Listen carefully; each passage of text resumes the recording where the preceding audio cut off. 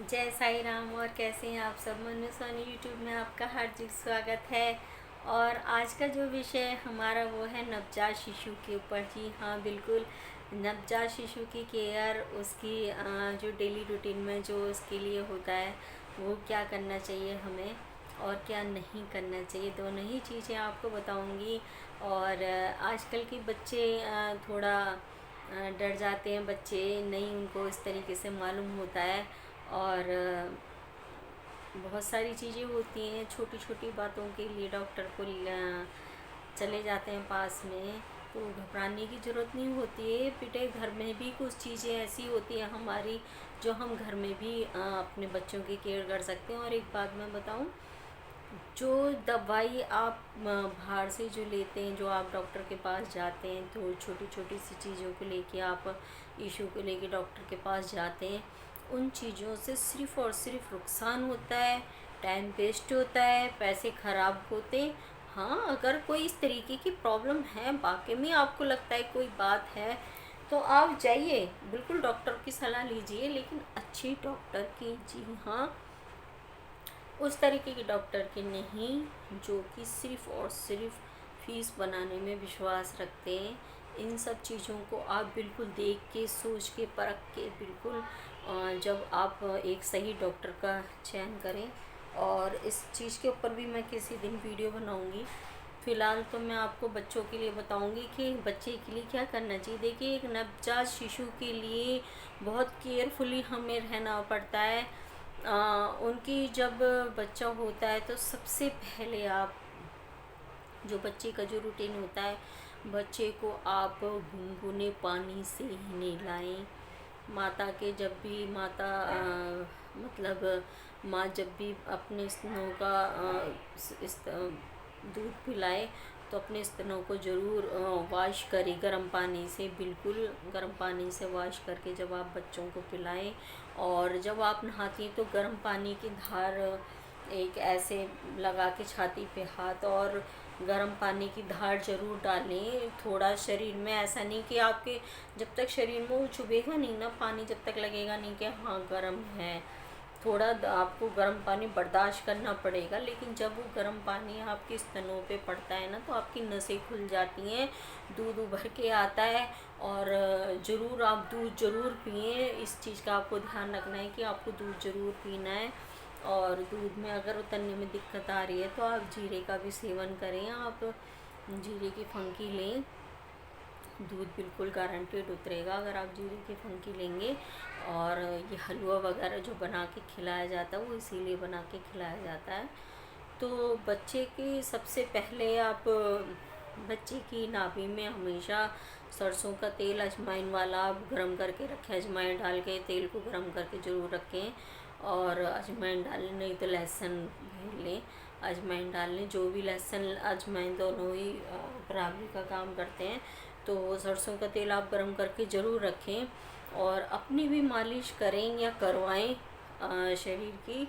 और बच्चे की भी मालिश सरसों के तेल से ज़रूर करें, लेकिन ध्यान रखें उसमें लहसुन या वो ज़रूर होना चाहिए। और अगर गर्मी का टाइम है तो आपको लहसुन डालने की ज़रूरत नहीं है, आप सिंपल तेल से भी मालिश कर सकते हो। लेकिन मालिश कंपलसरी होनी चाहिए, उससे हमारे शरीर की नस खुलती हैं, हमारे शरीर में थोड़ी सी मजबूती आती है। जब हम मालिश करने के बाद जब हम स्नान करते हैं गर्म गुनगुने पानी से, तो हमें बहुत रिलैक्स मिलता है। और उसके बाद सीधे फिर पंखे की हवा में आपको नहीं लेटना होता है, चाहे गर्मी हो चाहे सर्दी हो। थोड़ा सा आप परहेज कर लेंगे, क्योंकि उस टाइम तो आपको फील नहीं होगा, उस टाइम तो आप पंखे में लेट जाएंगे, एसी में लेट जाएंगे, आप किसी का कहना नहीं मानेंगे। लेकिन वो कहना ना मानना आपके आगे के लिए बहुत दिक्कत कर देगा। जी हाँ, कुछ भी खा लेना ठंडा गरम, और कुछ भी इस तरीके की हार्ड चीज़ खा लेना, उस वक्त आपको महसूस नहीं करेंगे। लेकिन जब आपकी उम्र होती चली जाती है ना बेटा, तो उस वक्त पे आपको महसूस होता है कि काश हमने अपने बड़े बूढ़ों का कहना माना होता। ये जो आपके जोड़ दर्द करने लगते हैं, जो आपकी ज़रा सा काम नहीं होता, आपका कमर दर्द करने लगता है, आपके हाथों में दर्द होने लगता है, आप वजन नहीं उठा सकते हो, जो भी है, कलाइयाँ दर्द करने लगती, ये सर्द जरा सी हवा लगती तो सर दर्द करने लगता है, बार बार सर का दर्द होना, ये सब उसी चीज़ की निशानियाँ होती हैं जो हम जापे में ध्यान नहीं रखते। देखिए, धागा पहनना, ये सब चीज़ें ये टोने टोटके करते हैं, वो उन सब चीज़ों में मैं विश्वास नहीं रखती। विश्वास में उन सब प्रैक्टिकल चीज़ों में रखती हूँ जो कि वाकई में ही हमें करनी चाहिए। जैसे कि बच्चे की मालिश करो आप, जैसे कि बच्चे के आप डेली पार के ताज़ा ताज़ा आप काजल लगाओ, जैसे कि आप ये जो उसका तलवा होता है ये लुक लुक करता है, बहुत नाजुक चीज़ होती है, इस पर आप तेल डाल के उसको तर रखो और उसके सर पे ज़रूर तेल लगा के रखो, उसके कानों में भी तेल डाल के रखो। बहुत ही आँखें बिल्कुल कभी मतलब दिक्कत नहीं करती हैं देखने में, अगर हम काजल ऐसे पार के लगाते हैं। आगे तक के लिए आजकल बच्चों के आँखों पे चश्मे देखे हैं आपने, लेकिन जो हम पिछली जो हमारा रहा है सिस्टम, ये हमारे जो बड़े बुजुर्ग रहे हैं उनके आपने आँखों पे चश्मे नहीं देखे होंगे, पहले लोगों के आंखों पे आपने चश्मे नहीं देखे होंगे, लेकिन आजकल के बच्चों की आंखों पे चश्मे, बच्चों को इस तरीके की बीमारी जिसका कोई जवाब नहीं। वो सब इसी कारण है क्यों आज की जनरेशन इतनी मतलब आगे बढ़ी है, लेकिन ऐसा नहीं है कि उनके जो बड़े बुजुर्ग थे वो बेवकूफ़ थे, वो कुछ नहीं जानते थे या कोई नहीं। बेटा आप कितने भी आगे बढ़ गए, कितनी मॉडर्न ज़माना हो गया है, लेकिन जो आपके पूर्वजों का जो ज़माना था ना, उसकी बराबरी आप कितनी मॉडर्न बन जाओ लेकिन नहीं कर पाओगे, लेकिन क्योंकि आप वो सब चीज़ें कर रहे हो। मतलब आपने मेट्रो का निर्माण कर दिया, आप हवाई जहाज़ भी, और अब आप मतलब उस तरीके से आप इस तरीके से आप टीवी से वो एलसीडी आ गई, और उसके बाद में अब लैपटॉप आ गए, और उसके बाद अब यूट्यूब, अच्छी बात है इस तरीके, लेकिन आप उन सब चीज़ों से पिछड़ते जा रहे हो जो छोटी छोटी हमारी डेली रूटीन में काम आती थी। तो बच्चों के लिए आप जो मैं बता रही थी आप वो नोटिस कर लीजिए, मैं तो पता नहीं कहाँ से कहाँ पहुँच जाती हूँ, कि बच्चों के लिए आप मालिश कीजिए, काजल लगाइए, और वैसे सर्दी का टाइम हो तो आप लहसुन अजवाइन डाल लें, नहीं तो आप खाली सरसों के तेल की आप मालिश करें, लेकिन करें ज़रूर और गुनगुने पानी का ही सेवन करें।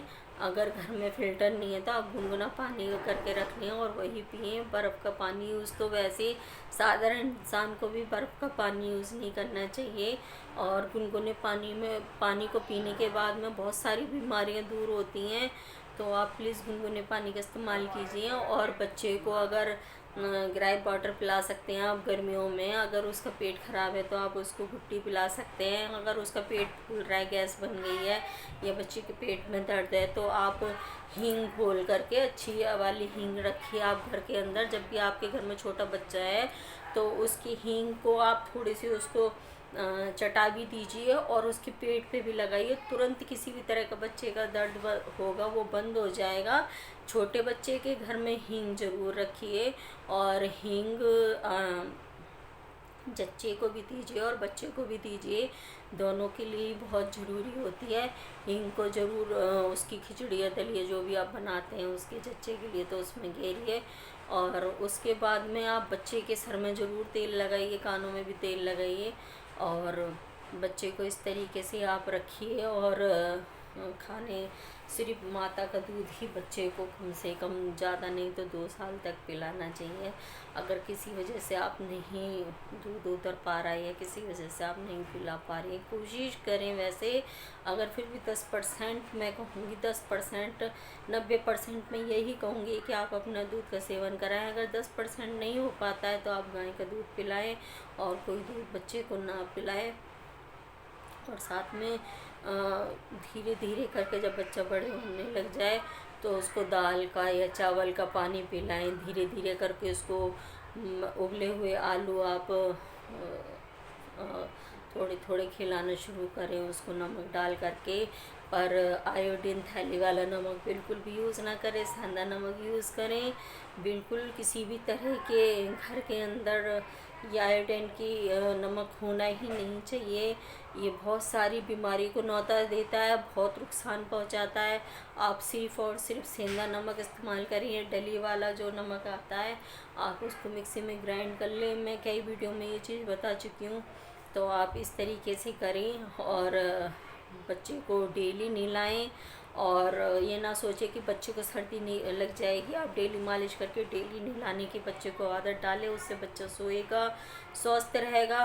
बच्चे को ज़्यादा टाइम गोद में ना रखें, बच्चे को बिस्तर पर रह के हाथ पैर मारने दें, बच्चे को गोद की आदत ना डालें बिल्कुल भी। और टाइम से ही उसको इस तरीके से सुलाएं। और बच्चे को 6 महीने होते ही सुस्काने की आदत डाल दें। जब आप उसको सुस्कारेंगे बार बार सु सु सु सु सु सु